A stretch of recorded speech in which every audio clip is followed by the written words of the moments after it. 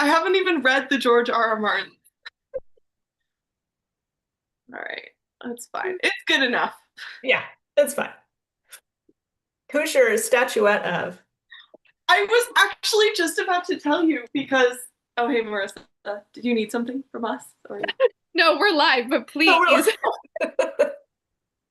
I was just Ava was asking about my statuette. My partner John got this for me a couple years ago for my birthday, and it's like busty Athena. Love. Yeah. Oh, love. Yeah, that's beautiful. We have one of those witchy occult stores nearby in Chicago, and it's kind of similar to the one in the book, Ava. Yeah. Um, but yeah, he got that from there, and I love her. Yeah, she's beautiful. I love that. What a way to start the event. Well, welcome everyone. Thank you so much for joining us today for the Only Spell Deep release party event. My name's Ariana. I'm the events coordinator here at Love Sweet Arrow. And joining with me today, I have author of Only Spell Deep, Ava Morgan. Round of applause if we were in person. And then joined with her today, we have author Kristen Vale, author of A Tale of Mirth and Magic. Round of applause. Thank you both so much for joining us today. We are so thrilled to have you for this event and so thrilled for the release of Only Spelled Deep. A few tiny little agenda items before I kick it off to the authors. Kristen and Ava are going to have around a 45-minute conversation. During that time, please feel free to leave any questions you may have for either authors or any questions surrounding Only Spell Deep down below in the YouTube chat. And Kristen and Ava will make time for that towards the end of the event, or possibly throughout the event, depending on the questions. Okay, without further ado, Ava, Kristen, I kick it off to you. Yay, thank you. Thank you for having me. And Kristen, thank you for doing this with me. And everybody who's tuning in, thank you for being here. Yeah, we're gonna have a fun time. I love this. This is like the perfect way to spend a Friday. Yeah. I finished work, I went for a little walk, and I got my rosé in my cup, my crazy purple eyeshadow, and we're I ready to go.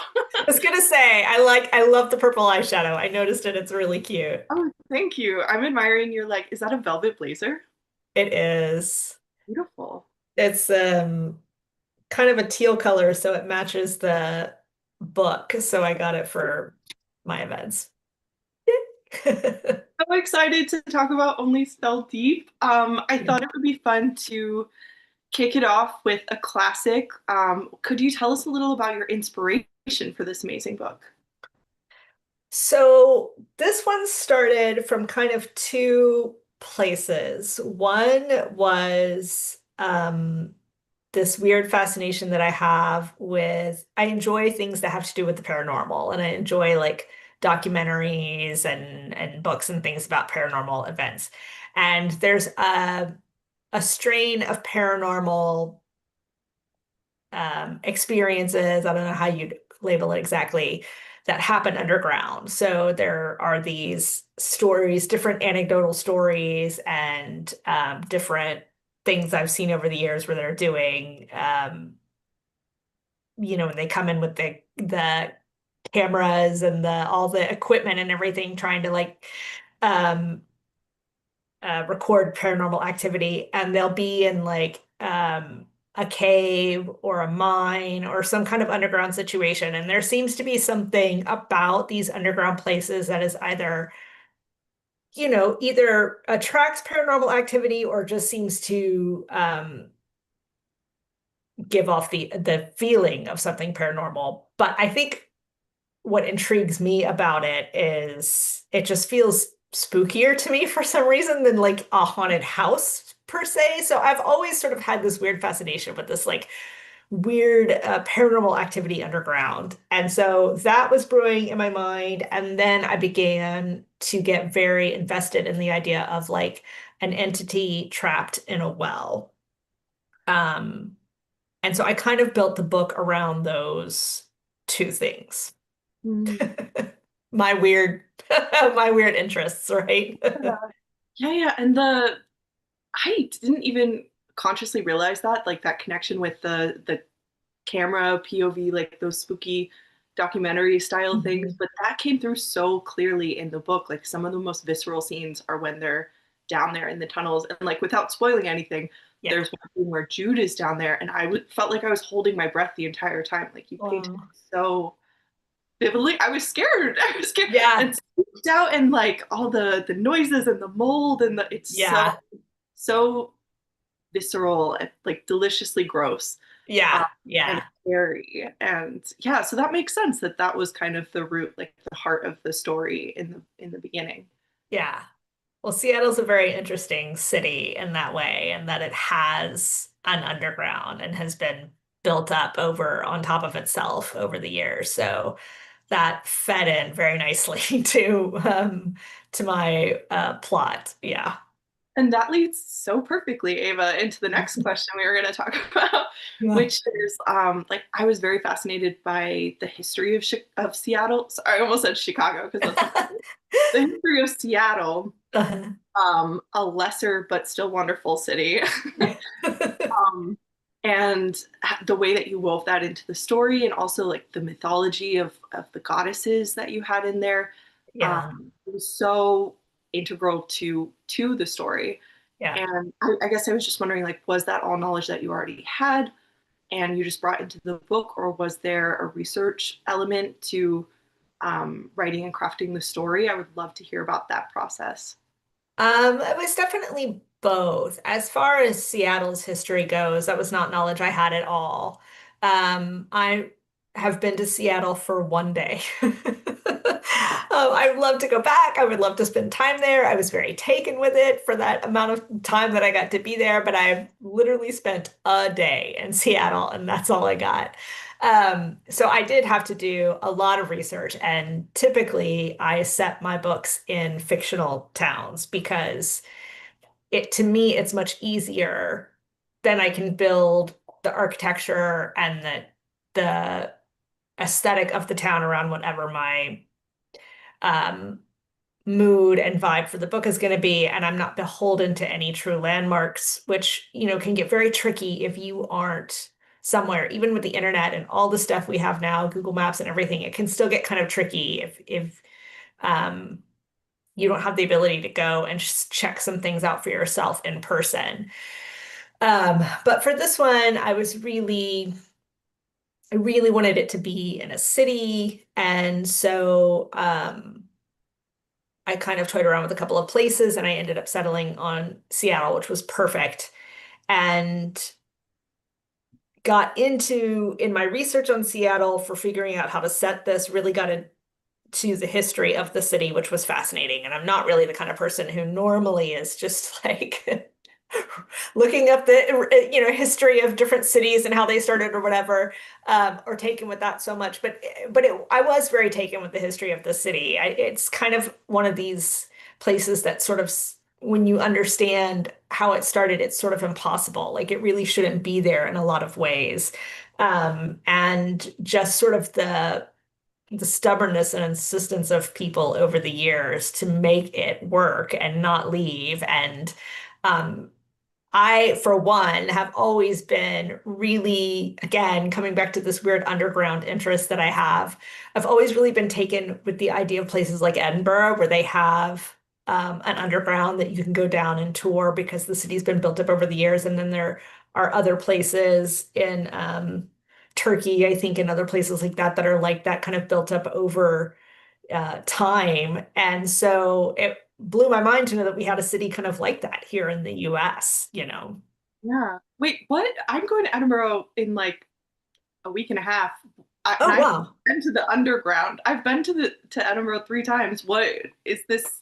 Tell me more. Yeah, there's an underground. I've not been. I've not gotten to go in person. I would love to, but I've watched documentaries on it multiple times. There's a whole underground where they just built on top of it, and you can go down and tour it. And again, a lot of these paranormal investigators love to go into those kind of places and poke around and see if they can spook up some ghosts or whatever. But you should definitely see if there's a way for you to tour it, because it would be really, really cool. It's I very will. old. It's obviously much older than Seattle's underground, but yeah. I'm just visiting my sister-in-law for her birthday, so I'll be like, "Come on, we're going underground. This is your birthday present." and I'll pretend I'm Jude, and I'll like Yeah, there you go. Just so watch out for whatever else is down there with you. I'll let you Um, know how it goes. on the mythology end, I did know some already. Mythology's just been kind of a lifelong interest of mine, and I was definitely one of those kids who was sort of obsessed with mythology and reading about mythology all the time. Yeah, yeah. And so a lot of that was stuff I already knew, but I did do research to learn more to kind of dig up some other deities and just sort of solidify. I didn't get to put as much into the book as I might would have liked to. Sometimes, and I'm sure you're familiar with this as an author, you do all of this research and it ends up for like a sentence, you know what I mean? Or it just, you don't really need it all for the story. So, as much as I would love to just For write pages theory. and pages of what's interesting to me, it's not, if it's not driving the plot, then so I didn't get to put as much in as I would have enjoyed, but I did have some of that knowledge already. So some of it was new, some of it was not. And the Seattle stuff got very complex. Like I had to draw maps and I had to like pull up all these maps of those underground tunnels and figure it out. It was a lot. It would have been so much easier if I could have just gone and checked it out in person. Oh, you have to do a Seattle event. Yeah, I know. I need to. And you never know like what how that research will come back down the line. Like maybe we'll get another spooky goddess novel from you in the future and you can Maybe. again like add more in Yeah. there. Yeah. Um, cool. Well, let's shift gears maybe and chat about Okay. characters, dig into Okay. characters. I was so obsessed with Jude and Arla. Yeah. If I'm being perfectly honest, Arla is my favorite. I know she's the villain, but like she's so captivating and like I sexy love her. Yeah. thing. But I mean, both of those characters, Jude and Arla, like they really felt so lifelike to me. They're such riveting characters, and the push and pull tension that you created between them, like their relationship, or Mhm. in my head, it was the frenemy ship, which is not, I don't think is a real word, but Yeah.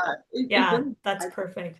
yeah, their frenemyship drove the emotion of the book, at least for me as a reader. Could you speak to how you built that like delicious thorniness between them, and maybe you could talk about like how you create your characters more generally as well? Yeah. Um, yeah, I love Arla. I think she's a great character. I love a good villain. And in my bio, it says that I grew up falling in love with all the wrong characters and all the wrong stories because I was usually way more interested in the villains than I was the heroes. So Arla really fits um, that mold for me for sure. And I mean, she is definitely unhinged, but I still love her. I thought it was really integral. So I think we've all had experiences in our life where someone came into our life who turned out to be, um, a person we couldn't trust or who we maybe had sort of a toxic dynamic with or something like that. In some way, it was negative or traumatic or difficult. But in retrospect, when you've moved beyond that relationship and you've had time to reflect and process and look back, there's a certain amount of gratitude for what you took out of it. Nobody's really happy to have been abused or traumatized or mistreated or anything like that. But you can see where you've grown from those experiences and there's something to be said for having come into contact with a person who kind of forced you into that growth spurt as it were. And so I really kind of used Arla in this way for Jude, who was essentially just completely checked out of her life. Had been living at the time the novel opens, had been mostly living her adult life in a very disassociated kind of way, and was had almost no agency. And we kind of see that in her reflections on her relationship with Roger. So and we see that in the way that she engages with Arla in the Fathom in the beginning of the novel as well. Like she's really kind of pulled along. They have to really kind of carrot on a stick, kind of, move her through the paces of trying to reignite this spark and this power that she has, that she's just buried so deeply under all of her trauma and guilt and shame and fear, that for all she knows, it's just not available to her anymore. And in order to get her to do that, she kind of has to be pushed in these and manipulated in these kind of difficult ways that aren't exactly healthy. And at the same time, one of the other things I was very interested in that I also love to like watch documentaries about and stuff is like cults and high control groups. And it's always sort of fascinating the psychology behind cult leaders and how they get people to do things, and also the psychology behind the people who fall into those groups and how hard it is for them to extract themselves. And so I wanted to write some of that into this. So really what we see happening with Arla and the rest of the group of the Fathom on a small scale is a high control group kind of situation. She's got everybody living right there, and she's very much the one with all of the magnetism and all of the charisma, which I think is what makes her so appealing. She was very fun to write, and she's, I think, really appealing to read about. But at the same time, she's really only invested in herself. Um, and so that is a thing that I think Jude starts to pick up on early, but you see the kind of constant back and forth of her kind of being lulled in by the siren song of it all and sort of easily manipulated, but then also having a bit of a sixth sense about like, I don't know, something doesn't quite feel right here.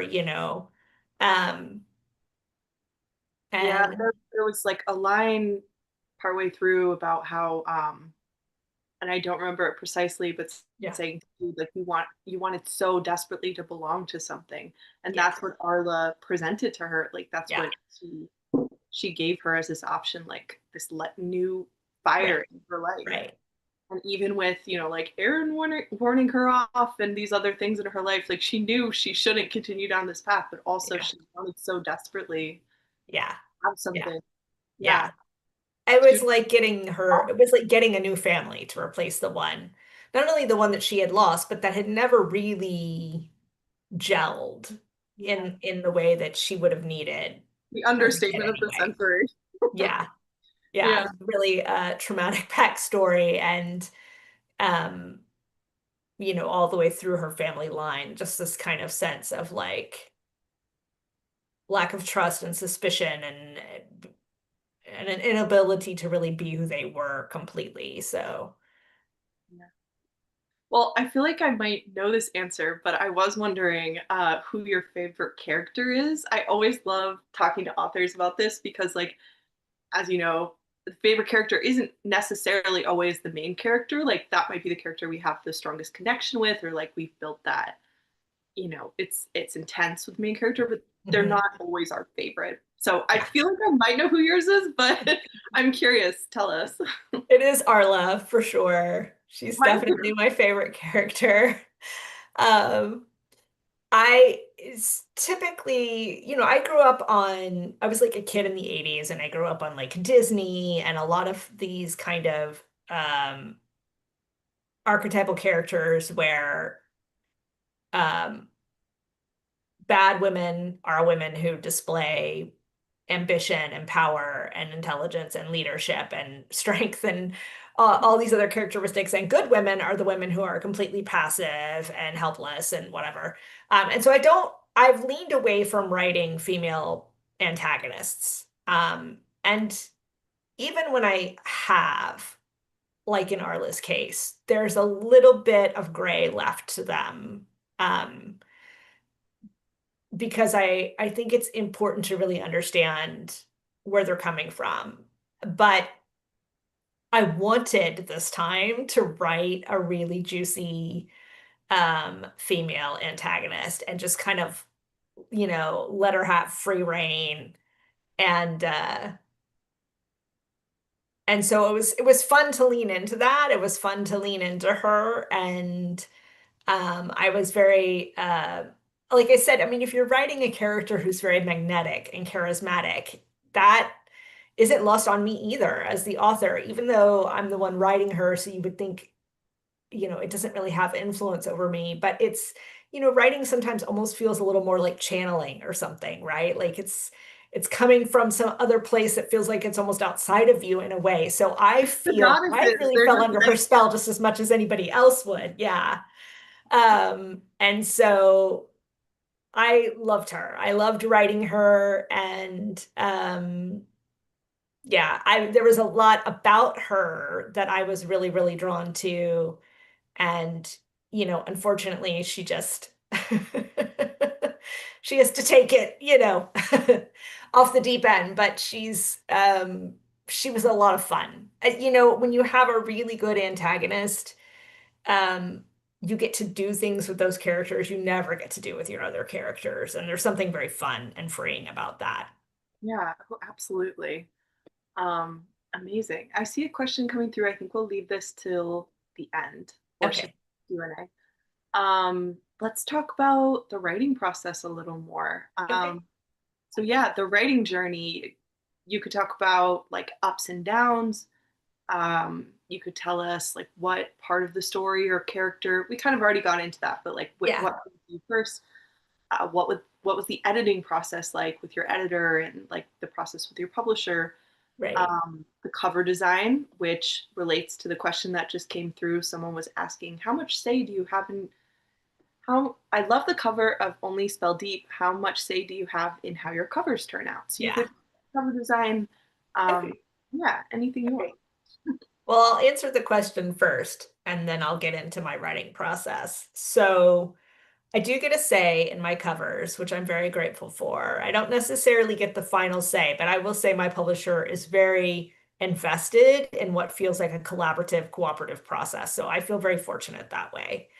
Um, they usually send me this kind of elaborate questionnaire package that I guess they must send to all their authors when it comes time to start looking at cover stuff. And I have to fill all of that out first. Yeah. And there's questions on there like, what are some elements in the story? Because it's not like our cover artists are sitting down to read all these books before they start designing. So you have to kind of feed some of this stuff to them. Like, what are elements from the story that might make sense on the cover, or that, things like that.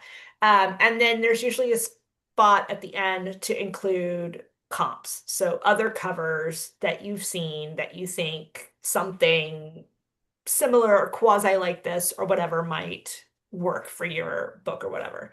And that's always a lot of fun for me. I'm not, even though I love to read and I love to write, and this is like my whole world, I feel like I'm so behind about what's happening in the book world and the publishing market. Like, all the new books coming out, I'm like, wait, when did that one come out? Like, I'm always kind of out of it. So every time I have to go look for comps and stuff, it's a whole new experience to see what's out there. And um, so we always start there, and then they will usually shoot me some kind of sketch. Sometimes I get a couple of sketches and kind of I get to pick between. Uh, and the sketches are where we try to really land all the placements of everything. A lot of times I'll do stuff like, well, I like A for this reason and I like B for that reason, and I make them combine things and stuff. So it is a lot kind of in the sketching process. And then there's sort of the final bit where the artist really goes in and gives it all the shading and all the oomph and all the details. Yeah. And then you're Um, like, oh, this is a real cover now. yeah, it's very exciting. This one, which was what was so interesting to me, was one of the things I had mentioned on the questionnaire, yeah, was the old Jaws poster, which really played with perspective, where there's the little woman at the in the water and the huge shark underneath. And I was like, maybe something with like a little skyline and a little space needle and then this big thing under the water. Um, And I didn't know if they would take that to heart or not, but they did. And she did such an amazing job. I've had the same cover artist with this publisher for all three of my books, and she's so incredibly talented. Um, and then we ended up, kind of adding the border and the moon, like some things to really give it that magical edge or vibes. It's always tricky because there's usually multiple things you're trying to convey in one cover, and you're also trying to give readers in this one picture an idea of what to expect. And so yeah, it's kind of a lot to fit in there. But that's usually how the process goes, and I get a lot of say in that, and I get to see everything, and it's really fun. Um, Awesome, because as like if viewers, I don't know if viewers know this, but that's not always the case. Like yeah, I'm lucky. It sounds like our experiences with our publishers are pretty similar, yeah. but we are lucky that they take our opinions into account and they will adjust things accordingly if we have strong feelings about it, but not always the case. It's not always the case. Not And I've usually. had a cover in the past. It wasn't the hardback cover, but it was a paperback cover that came out that my agent and I both just really, really, really tried to say, please don't do this. Like for multiple reasons. It just wasn't communicating the right thing. And we just got overridden. It was just like, yeah, no. And I don't think that paperback cover really did anything for the book. It certainly didn't do anything for sales. So it isn't always like that, but I've been really fortunate here. This is I have a great team. Yeah, it's really beautiful. One thing that I really love about the cover is that there's like it's not overwhelming in detail. I feel like Yeah. it's really, but there's so many little things that I still every time I look at it, I Yeah. notice. Like the little eyes. Yeah. There. I didn't notice that until this morning when I was looking at it. Tiny little details. It's very cohesive altogether. So whoever the illustrator or designer was, I don't know if you remember their name, but like kudos. That was very Yeah, well. she's great. Her name is Olya Kurylyuk, I think is how you say it. I may not be saying that 100% right, but she does a fantastic job every time. She did the cover for The Bane Witch and The Witches of Bone Hill as well, and so she's really good. And they've been great at kind of managing to make them all sort of look like they belong to the same author. They kind of have a good way of doing that. So yeah, it's been fun. In fact, we're already like looking at covers for the next book. So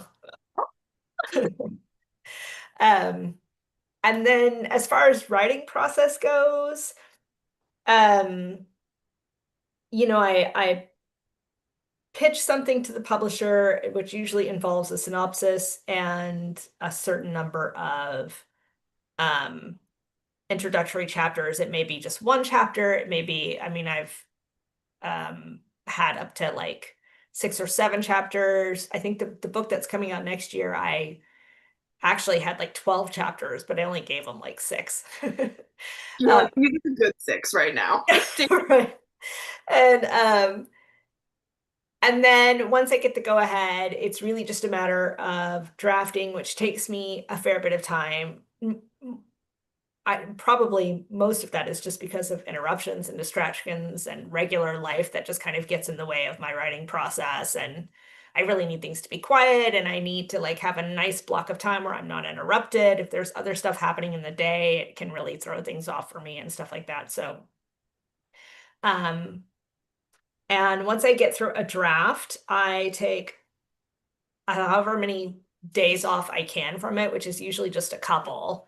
And then, Just a um, couple before you go in and reread it. Wow, Ava. yeah, sometimes I get more. It just depends. It depends on how close I am to deadline. And Yeah. then I'll go in and reread it, and I'll take notes while I'm rereading about things that I think need to be changed. And I'll do an edit on my own.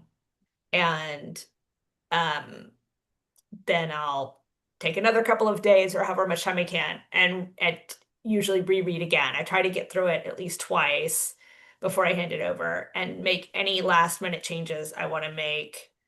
And at those times, I'm really just reading for like story, plot, cohesiveness. Did I drop any threads? I'm not super worried about. I am paying attention. I do a lot of revising all the way through the whole process because whenever I start writing for a day, I read over what I wrote the day before or sometimes several days before, and I'll kind of do little revising throughout, doing stuff like that. But I'm mostly looking for those big things, and then it goes to my editor, who I just wait to hear back from. And she will usually come back to me with whatever changes she wants me to make. So far, it's been not huge things. It has been, it's been like in Only Spell Deep, the main thing she came back with was she wanted more in the actual house at Solidago. So we included sort of more flashbacks and more of Jude's experience as a girl growing up there. And That so was many things like that she'll ask me for, it's usually stuff I have to kind of weave in more than stuff I have to take out. And then she'll do a good edit to sort of scale down the number of words. It's just, it's always a bit longer than they want it to be.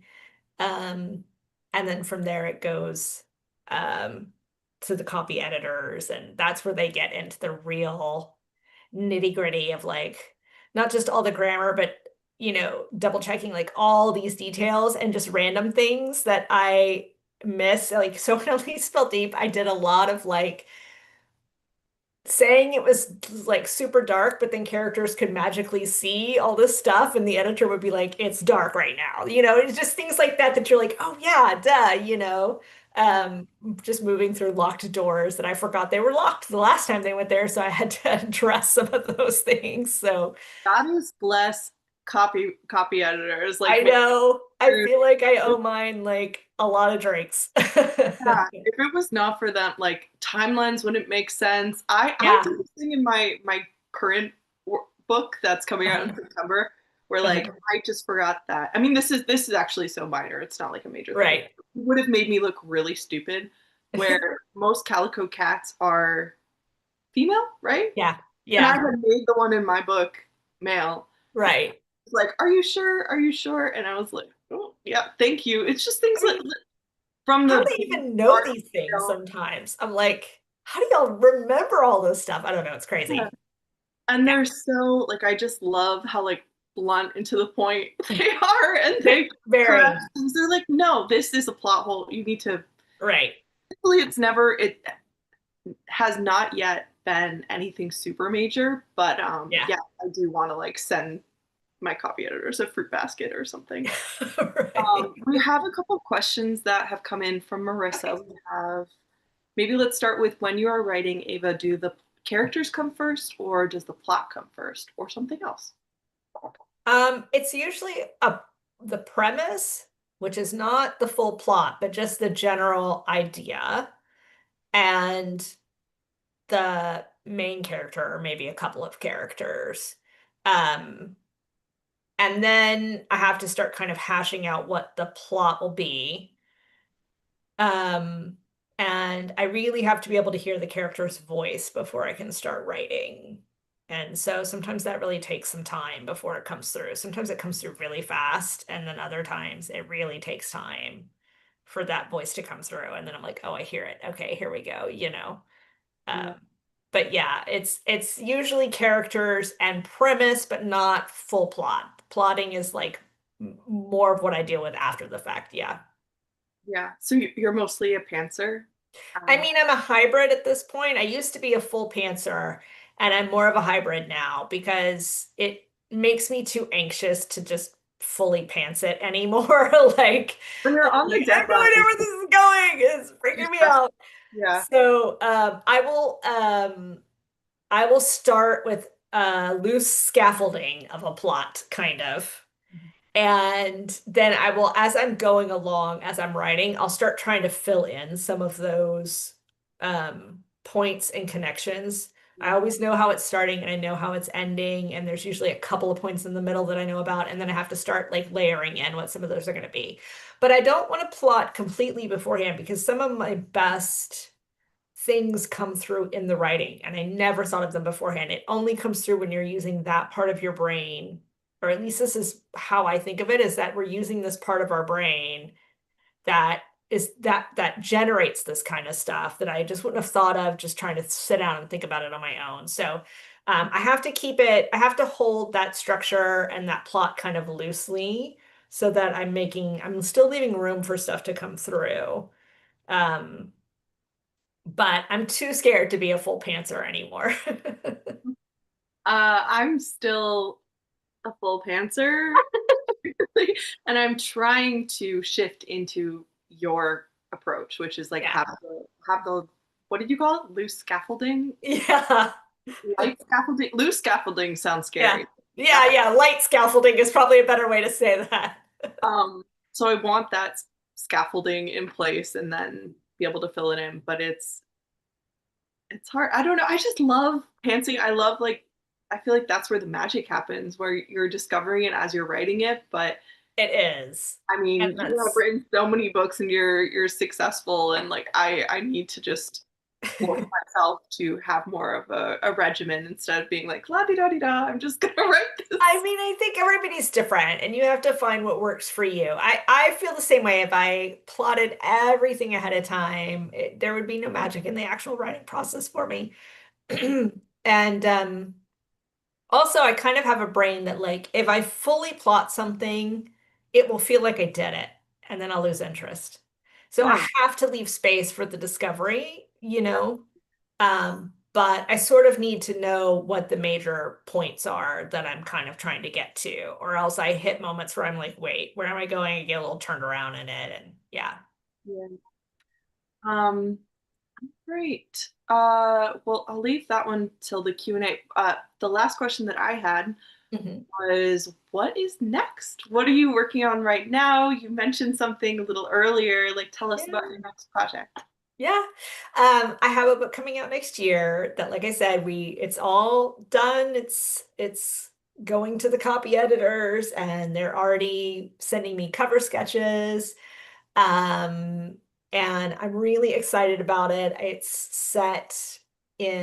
live in Texas. It's set in East Texas. It's kind of I say it's the Swamp Witch novel I was born to write. And it centers around a family of women who are all witches, and their magic system is animistic. So they see spirit everywhere, and it's through their exchanges with spirits that they actually cause magic to happen or make things happen. Um, so it's kind of this Faustian bargain, quid pro quo, I'll scratch your back, you scratch mine sort of system that was really fun and cheeky. And it's all set on Caddo Lake, which is in East Texas, which is the largest cypress wood bald cypress forest in the world. So it's this enormous lake with a forest in it, if you can imagine that. And it's all these beautiful cypress trees with whose needles turn this beautiful orange color in the fall. And it's such an atmospheric place. It's hard to explain unless you go there and see it for yourself, but it's stunningly beautiful. And I was like, this is just begging for some kind of witch story. So I had a lot of fun getting to set it there. For me, setting's really important. And um, because I spend so much time in that place in my head while I'm writing. And so I always get very excited about the places I'm going to get to go in my brain. So I really enjoyed getting to be in that setting the whole time. Uh, and I'm very excited about it. I think the characters are very, very endearing. I think it's got a lot of heart, and I'm really I mean it's an Ava Morgan book, so it has dark dark turns and there's always some death and some mystery and some what have you. But um I think I think readers are really gonna fall in love with these characters. Oh, I can't wait. I mean, the setting alone, like I need to read that book. And I am Yeah. such a tree girl. I'm already like it's in my mind. I need Um, that cypress grove, like with the lake. Oh my gosh, I can't wait. Is there a title? the title is Magic for Crosswise Witches. Great title. All right. Well, those were the questions that we had lined up for Okay. ourselves. And then we see some more coming through. This is now like the Q&A portion. So if Okay. any shy people out there that have been withholding up until this point, like please feel free to throw your questions in the chat. And we have like plenty of time to get to some more. So yeah, let's see what we have here. Okay, here's a fun one. Is there a certain place in that a certain place or a certain item that you need in your writing space to stay focused? So like you sit down to write, what does your space look like? Like what do you Well, I'm sitting in it right now. I have to have my enormous cup of water. This is like the equivalent of eight-ounce glasses. I was like, I am so tired of getting up to refill my glass. I want to fill it one time in the morning, and that's it. I know I've had enough water, so I have to have my water. And Can we see that again like next to your head just for scale? Okay, that's amazing. A I high have to have my queen, water. I love it. Yeah, that's pretty much it. And that's kind of it. The only other thing I really have to have is quiet. I am not I like the way I always say it is I'm not one of the cool kids who gets to listen to music while I write. I don't, I very seldom can I like write at a coffee shop or something like that. It's just I do not have a brain that can process two sensory things at a time. So if there's noise, even if there's just someone here, even if they're trying to be quiet, it makes me bananas. I really need to feel kind of isolated and have quiet. Um, and I need to be comfortable. So, I have my nice velvet blazer on for you guys tonight and some makeup, but I am usually like hair in a messy bun, no makeup. I look like a troll most of the time, and I'm in pajamas because I'm like, that's a perk, right? Like that's a perk of the job. Nobody sees me. I can wear whatever I want. So I usually am really sloppy and who cares? And That's the non-glamorous side of the author life, guys. for We sure. all do that. Like we're all Yeah. just little gremlins, little trolls. Yeah, for sure. I see these authors like I post a lot of content that does not include my face or anything like that. I'll do a little bit here and there. And I see other authors who post so much content where it's like, really cute pictures of them and they're dressed up in all these beautiful outfits. And I just am like, oh my God, I never look like that. Like how are they finding the time and the energy to do that and write books? And I'm definitely not that person. But that's kind of the main thing for me. And I like an aesthetic space, but I'm just like that with everything anyway. So this is my office. I have my owl and mushroom wallpaper behind us, and Paper.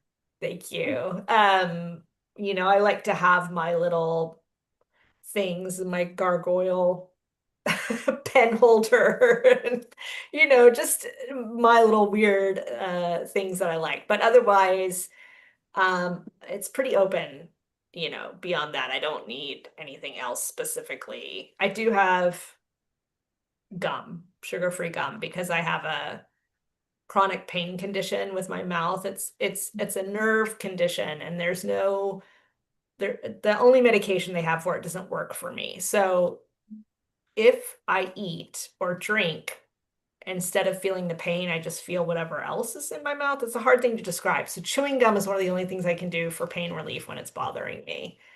Oof. It doesn't often bother me when I'm writing, but sometimes it gets to me when I'm writing. So Yeah. And so much or I feel like our approach is very similar. Like we need that kind of quiet. We need yeah, to forget our bodies exist and just be in our minds and yeah, um yeah, and like whatever we can do. I always feel that when I'm trying to sit down to write, like whatever I can do to make my body as comfortable as it can be so that I am not attached to it. that's Like I'm right. just sitting in my cozy chair Yeah, and I have my hydration, I have my like and all that is present is like my brain that's trying. right. Because all those little discomforts are like, they're such distractions and they pull you out of that headspace that you need to be in, that you have to kind of sustain. And um, every time I have to get out of that space, it's a minute to get back into it. So it's like I really, as much as I can reduce distractions, I do. Yeah, I hear you, girl. It's very similar to like learning how to meditate. Yeah. And but all right, let's check the other we got a few more coming in. Are there any books or authors that inspired you to become a writer? That's a fun one. Oh my gosh. I mean, so many. So the story I usually tell people, I think in like the second grade, think it was second grade. And I had a teacher who was reading to us from a book every day in class called Howl a Day In by James Howe. And it was like a murder mystery set in a dog kennel. And she would even do like voices for all the different dog characters.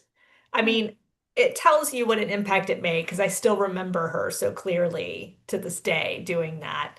And I really remember that as being when I really fell in love with books and I really fell in love with storytelling. And very quickly from there started saying, I'm going to be an author. Like I wanted to suddenly do that.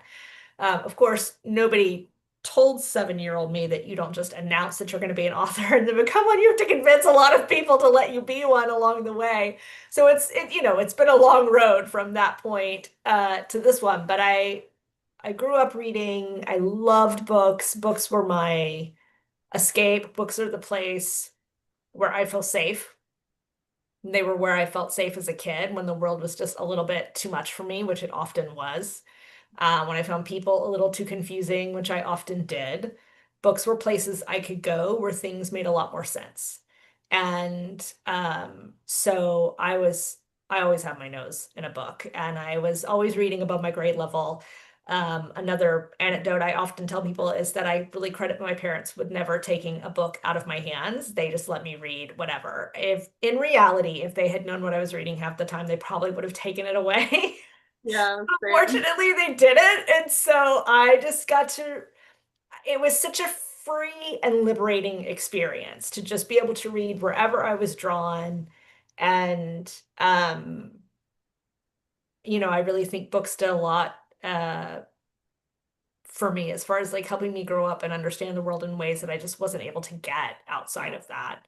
Um, so when I decided I wanted to be an author, like that never left me. It just stayed with me all through school, and all into my adult life. And it was always just a matter of how, because it's not a laid out path necessarily. It's not like take these electives and then major in this. There isn't like an author major. There's like English lit and there's all these other things, but it's not like, you know, I'm going to be an accountant or I'm going to be, it's different as far as you really have to get out there and make it happen, just like with a lot of other creative paths. So that was really the thing the rest of the time was not do I want to do it or should I do it or will I do it, but just how.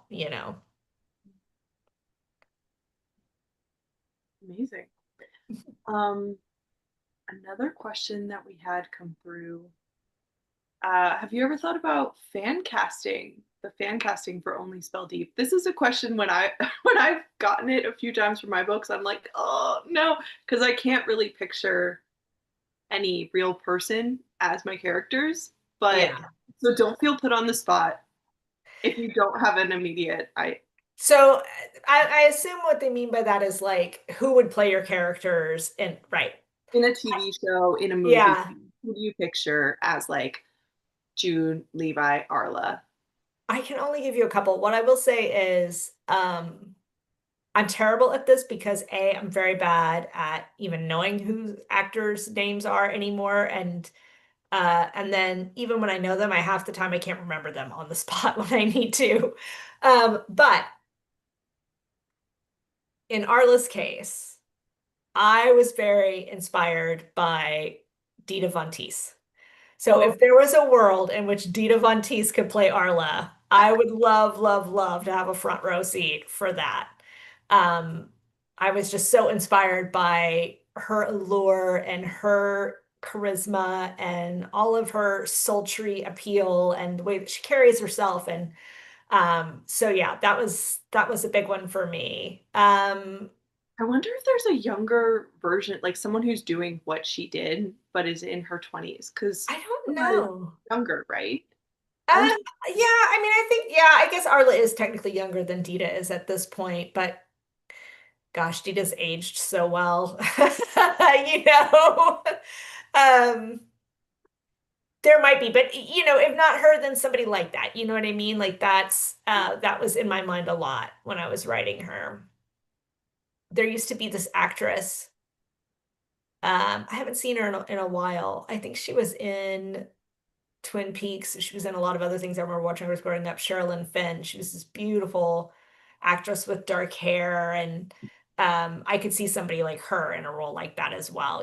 Somebody, like you said, like I guess today's version of that. And then as for Jude, I don't know. Um, Maybe like a Florence Pugh or something. I don't know. It's hard for me to imagine Florence Pugh being as shut down as Jude is at the beginning of that story. It has to be somebody who can really play her from one end of the extreme to the other, because she really goes on such an arc. But I don't know about Levi either. I'm really bad at this game for sure. so hard. Okay, I will say this might sound kind of weird, and no one tell her that I said this, but when I was reading the book, Uh-huh. descriptions of Levi, I was picturing, just because I love Victoria Aveyard and I like follow all of her content on Instagram, I was Yeah. picturing her husband. Like he is with the long hair I and the haven't seen like, him. I follow oh, her too. I need to look that up. Okay, maybe. Yeah. I think that's it. Yeah. Okay, I'm gonna look him up. All right, let's see what else we have. What is the most surprising thing you learned while writing your first book, your debut novel? Um, well, it's been a minute since my first book was Resurrection Girls, and it's really been a minute since that one. And if I'm honest, it's hard for me to talk about that book because I went through a really bad trauma after that, and I struggle to even remember things from my life before that time. So what I will talk about is my first book with St. Martin's Griffin, which is The Witches of Bone Hill. And that was my adult debut. Um, and I learned so much in the process of writing that book. First of all, I sold it on a pitch instead of a finished copy, which is not typically how authors get picked up for the first time by a publisher. So it was like a really unusual circumstance.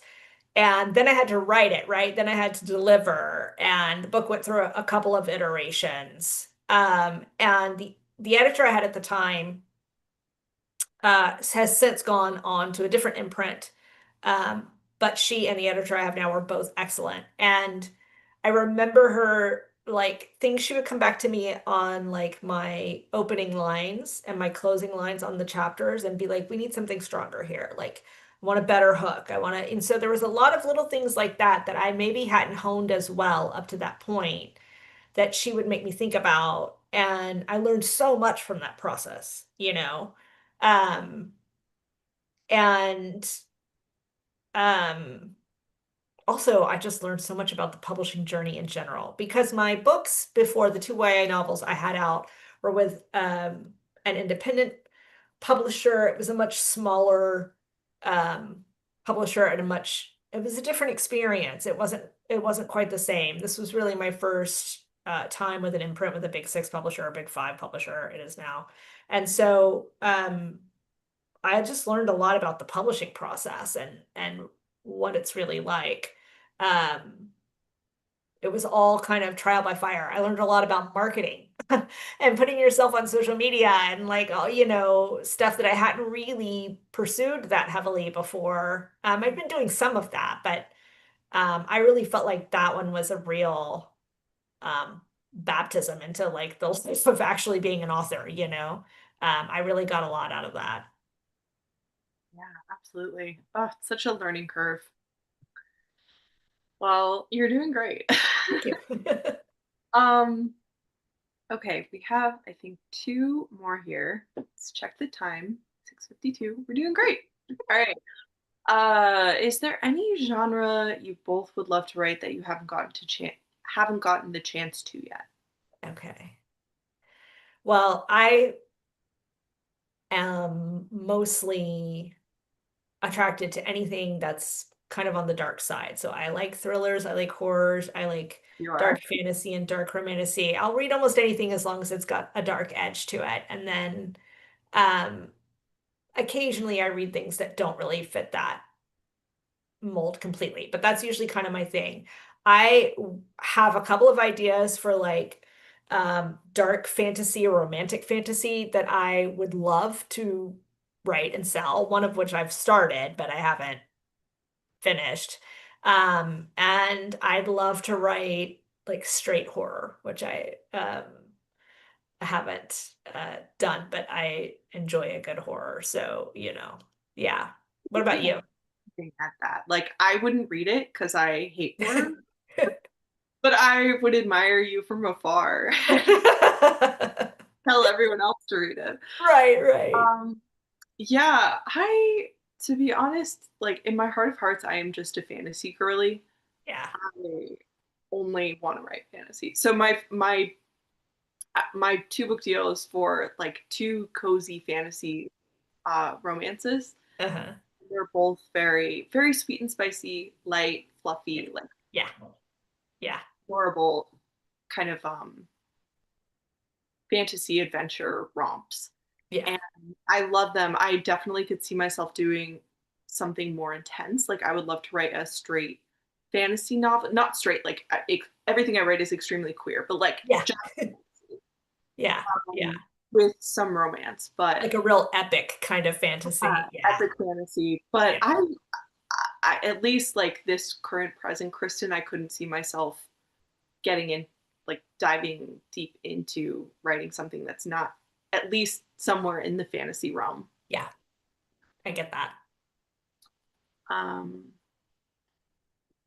all right, this is kind of, we have one more. This is your last chance for question, guys. So give us, we have a few minutes left. Give us your questions if you have any. Don't be shy. This is a very fun one. Hi, how do you celebrate when you finish writing a book? Uh-huh. You can expand that to celebrate, there's like so much of publishing and being an author is just like slog, slog, slog.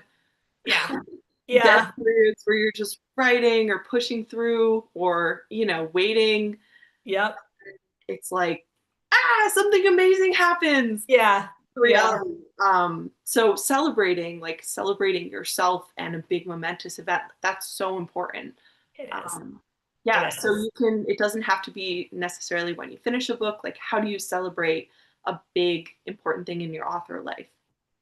Well, when I finish a book, I usually celebrate by not looking at my computer for as long as I can get away with not looking at my computer. So maybe it's like a couple of weeks, maybe it's longer than that. It just depends. But I try to avoid as much as possible and like get out of the house, go ride my bike, just anything that Feel feels good and rejuvenating. It's like, wash your hair. Like it's usually stuff like, oh my God, I haven't cut my hair in 6 months. Like I desperately need a haircut. Like I just had that moment like a couple weeks ago and I cut my hair. Yeah. yeah, Oh my it's God. stuff, Oh it's my like God, things I have to catch up on. It feels like you're finally able to breathe, like you just surfaced. And so there's kind of some of that, and then there's like a lot of times there's kind of a very lazy, bed rotty kind of vibe I have to go through for a few days. I just want to like eat bad snacks and watch whatever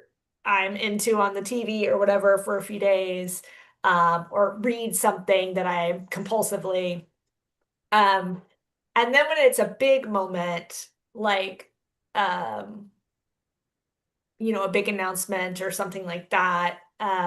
So like when I found out about the USA Today bestseller list for The Bane Witch, there's a tiki bar in Houston that I love. And so that's how we celebrated. We went to the tiki bar and had I think we had two drinks, but we should really only have one because we're lightweights and those drinks are strong. But it's little things like that. It's not usually anything enormous. It'll be like going to dinner somewhere I really want to go or something. Whatever sounds really fun to me in the moment. Sometimes too, like at the end of something like that, I'm desperate for socialization. I'm a strong introvert. So I'm not shy, but I'm very, very introverted and I find people exhausting and I don't really leave my house very much. I do a lot that's just like to myself. But after like a long process of writing something or getting it out there, like by that point I might be kind of starved for socialization. You know what I mean? So I'm like, oh my gosh, I gotta call up some friends. Like, who wants to have lunch? Like, I need to talk to a person again. You're So like, I'm talking to these mushrooms and owls on my wall. Or something. yeah. Yeah. Exactly. Amazing. Oh, looks like we have one more that just came through. Okay. What are you reading at the moment? Any under the radar books that you would recommend? I need more amazing authors like you two to read. Oh, Oh my thank God. you. Gold star for this question. Yeah, really. I just picked up a book the other night that I started called The Lamb, and it's a horror novel, but it's I mean, I guess these women are witches. They don't say they're witches. They don't call themselves witches, but they talk about making hexes Okay. and they're cannibalistic. It's some kind of take on the witch and Hansel and Gretel. I'm not that far into it yet, so I still have a lot to learn and understand about these characters and where we're going. But the writing is wonderful and I'm enjoying it. Um, I love books by Rachel Harrison. She writes women's horror. She writes horror, but then they always make call it women's horror, feminist horror, whatever. Um, but I love her books because they are horror, but they also really feel like kind of a night out with your girlfriends. Like she has this really sweet spot that she hits that I think is really great. I love Eve Chase, who writes a lot of sort of gothic-y stuff set in the UK. And I have recently started reading A.G. Slatter. She has like quite a few books set in her own fantasy universe that is, I don't know how to describe it except to say that it feels very grounded to me. Um, like maybe it's inspired by historical places or things because it has that sort of grounded feel to it for a fantasy setting.